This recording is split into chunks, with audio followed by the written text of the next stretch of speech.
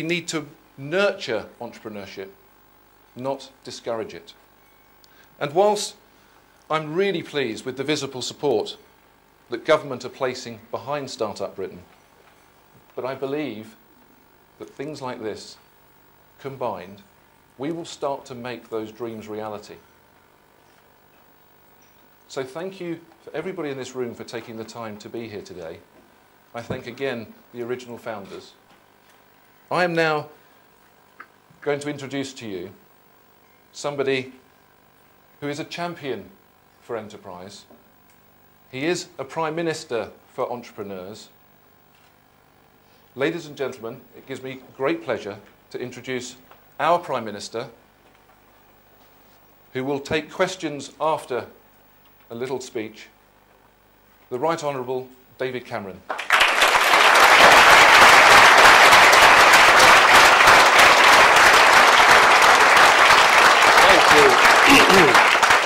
Well, thank you very much for that, Peter, and thank you for that warm welcome.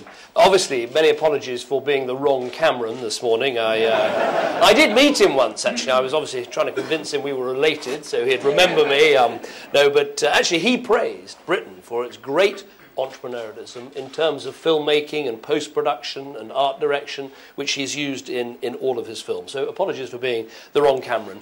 But I really do think what you're doing here today is unbelievably important. I really do, because having a greater spirit of enterprise, having more entrepreneurs, yes, of course it is about practical help, and I'll come on to that. But it is, as you say, it's also about inspiration. It's about giving people that sense that you can do it, that you can get that foot on the ladder, that you can have a go. And I think what the three young entrepreneurs spoke about in terms of making sure there are mentors, making sure there's recognition of enterprise, making sure we celebrate and tell great stories about great entrepreneurs, I think is incredibly important.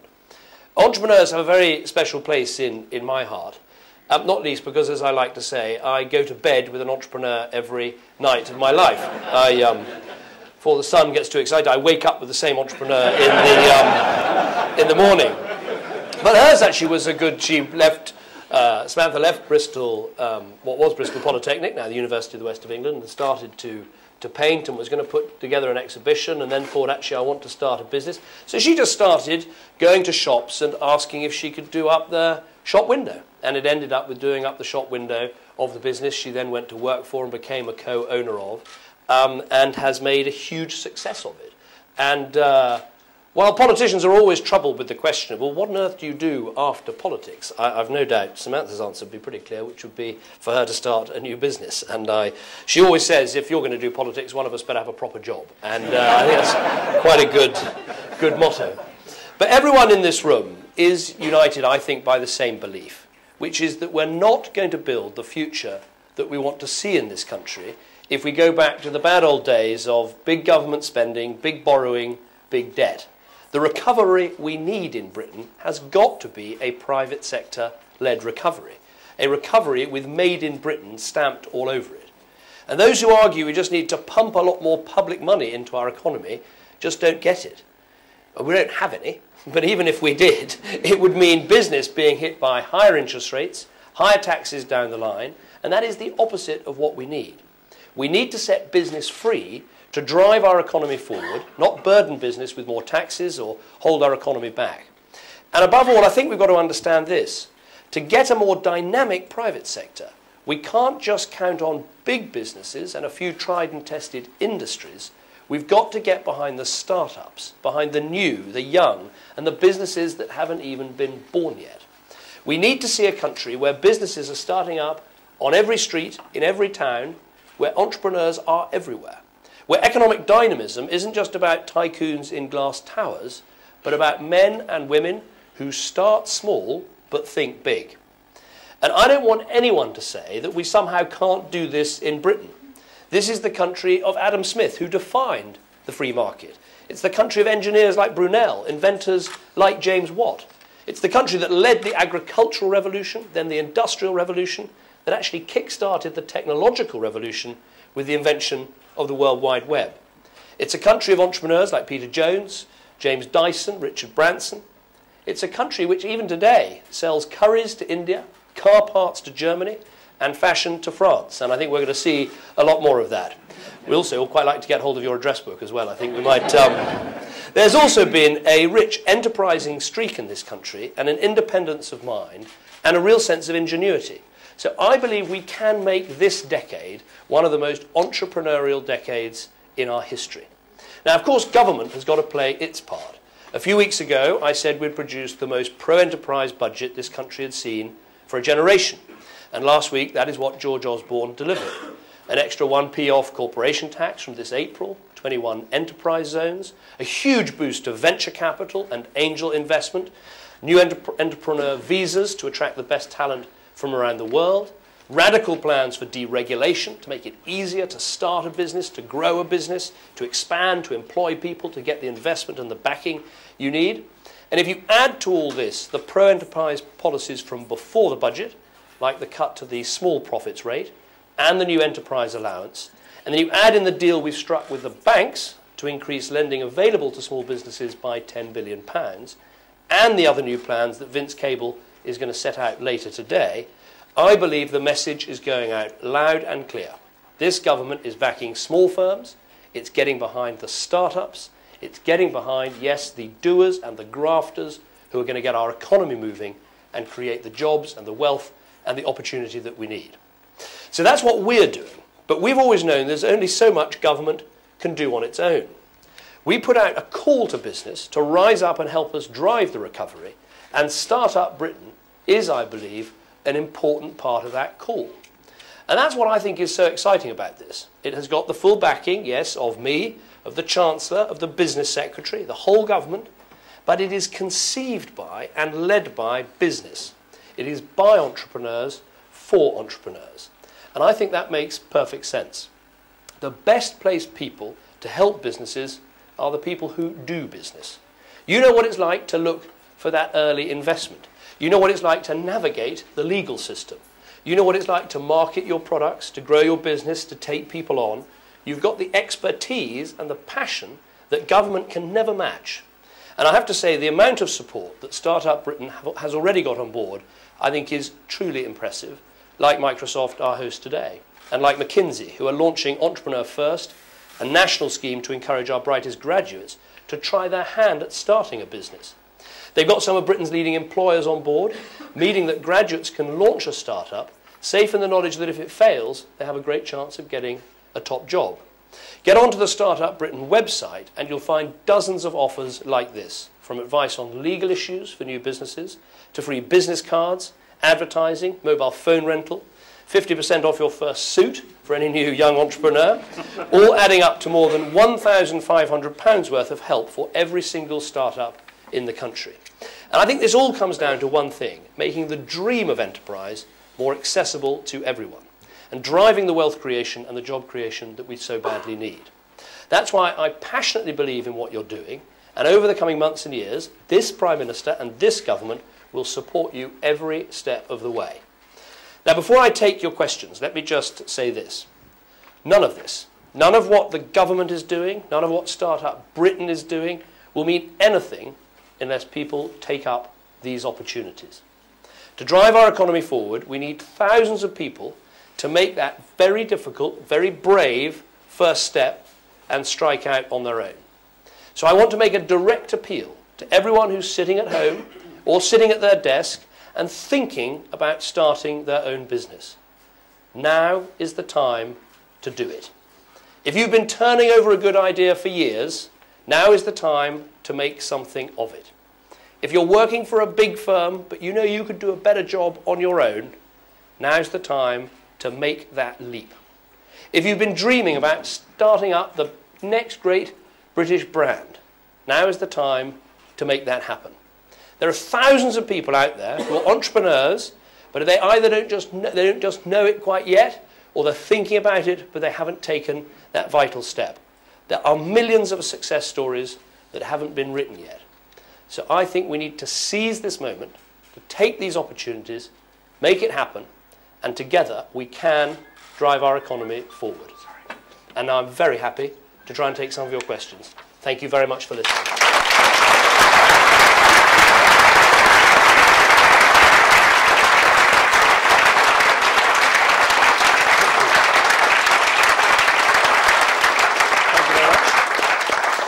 Excellent. Who wants to kick off? Gentleman here.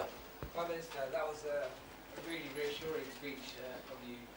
I run a social enterprise that works with ex-drug addicts, ex-offenders, to get them to start a business and that. I think there should be a lot more initiatives, and being on the BBC News on Wednesday talking about this, that there should be a lot more initiatives in the private sector to invest in social entrepreneurship and, you know, back businesses like mine to actually go out and we launched 6 businesses last year, recovering drug addicts, on heroin addictions, prolific 63 convictions. You know, you can imagine, you know, they'd be taken from our economy.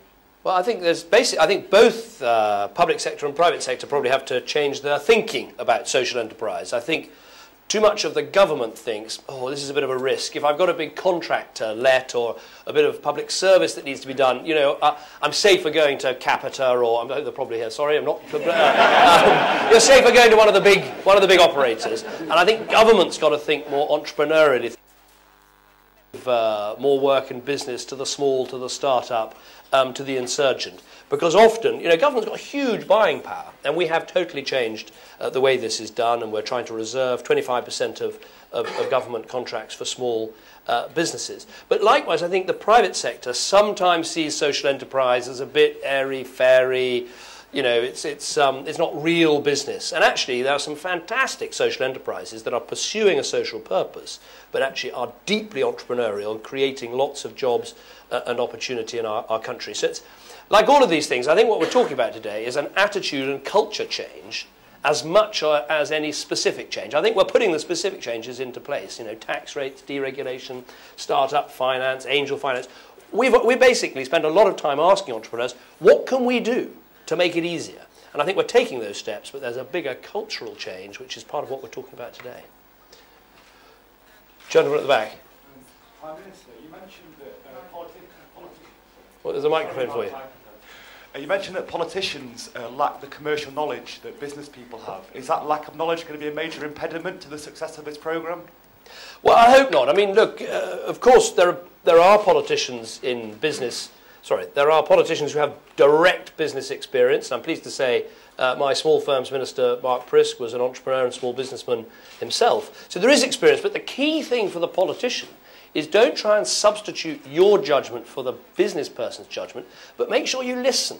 So when business and entrepreneurs come to you and say, look, here are the problems, try to do something about it. And basically the problems that people have confronted us with, bank finance, first of all. You know, the banks aren't lending enough money, and so we've come to this arrangement where they're going to increase by 15% the lending to small businesses this year. A lot of small businesses talked about the problems of angel investment and early startup funding, and that's why in the budget, the steps we took on the enterprise investment schemes, you know, really very, very bold and forward-leaning. We're spending quite a lot of money, effectively, on that. Another problem that people have spoken about is this culture of enterprise in schools. And again, the question is, does the government listen and then act? And I think the Tenor Tycoon, which is very much private sector led, is a brilliant idea. I've just been sitting in the cabinet room with a whole lot of school kids who've done the Tenor Tycoon. Every single one of them, taking that £10, has turned it into something, in some cases quite a lot, by being extremely enterprising. So I think it's, does the government listen and will it act in response to what Britain's entrepreneurs and potential entrepreneurs need? Gentleman in the red tie. Prime Minister, I'm principal of a college of further education, and I'm here today because I connected with the Peter Jones National Enterprise Academy. I think we need to connect our leaders in the public sector with this wonderful opportunity, being part of this network, to actually be here this morning, talking with real people, creating real opportunity and real vision for the future. I want to see further education transformed in that way, and I think we'll only transform it by connecting with opportunities like this and changing the mindset so that the hundreds of thousands of people who are coming through colleges of further education every month and every year actually see value placed on entrepreneurship and enterprise. And I'd certainly love to see that happen sooner rather than later. Well, I think there are things that government can do to raise the profile of something. If we take, for instance, the awards and medals and things that are given out by government. You know, there's an awful lot of that happens through the sort of civil service machine and all the rest of it. We ought to be making sure that we really do celebrate the great success stories in business. Now, we do that. I mean, actually, things like the Queen's Award for Export is an excellent idea, but we need many more things like that that highlight and celebrate. The other point I would make, particularly for FE colleges, as for schools, is mentoring schemes. I went to an academy recently in Southwark, in quite a challenged part of London, but every single, it was an all-girls state school, finishing at 16, but every single 16-year-old had a mentor from business or finance or the private sector who was coming in and talking to them about their next career move. And, that I think is an incredible thing you can do to make sure that schools and colleges are thinking enterprise. You can't always expect the teachers necessarily to be brilliant teachers about enterprise as well as brilliant teachers of history or geography or maths or whatever. But you can ask, I think, Britain's businesses, please come into our schools and help do this mentoring programme. One last question, lady here. I'm an entrepreneur and I'm also a new mother of a 1-year-old, and I find that in my post-data groups, there's a lot of new mothers. In the post-data groups, there's a lot of new mothers who want to start new businesses because they can have a work-life balance, but they also want to create jobs that way. But the difficulty that they're having is with childcare, because they've got a new baby and obviously they have to juggle, childcare, running a new business. Is there anything that the government's going to do to help them? Yeah, it's a very good point. I mean, actually, I think often you'd think that new mothers and entrepreneurship wouldn't necessarily go together, but I think in many cases people have children and then they think, actually the first thing they think is, could someone design a car seat that isn't a nightmare to put into the car? What a beautiful thing that would be. We will help with childcare. We're putting extra resources in, particularly for people with 2, 3 and 4-year-olds. That can help. We have actually made some changes in terms of flexibility at work and the maternity and paternity leave arrangements, and I hope that will work. But again, I think it's all about flexibility, because if you're a new mum and you're also trying to get started, no one can design for you exactly the programme that would make the difference. It might be a creche, it might be some help at home, it might be part-time work. I think we've got to try and design a tax and benefit system that gives people the opportunity to make more choices. But one of the things in the budget that we've done and will keep on doing through this Parliament, of lifting the income tax threshold, actually does allow people to earn more money before they start paying tax. And I think that should help people who want to set out down the entrepreneurial path as well. Can I thank you all very much indeed for coming, for making me so welcome. I want to thank Peter and the team for all they've done. I think this is a very exciting initiative. And as you said, it's not like another initiative about entrepreneurialism. What it is a portal that brings together all the help that is already there. And as it's run by business, for business, without government coming in and mucking it all up, I'm sure it will be a great success. Thank you very much indeed.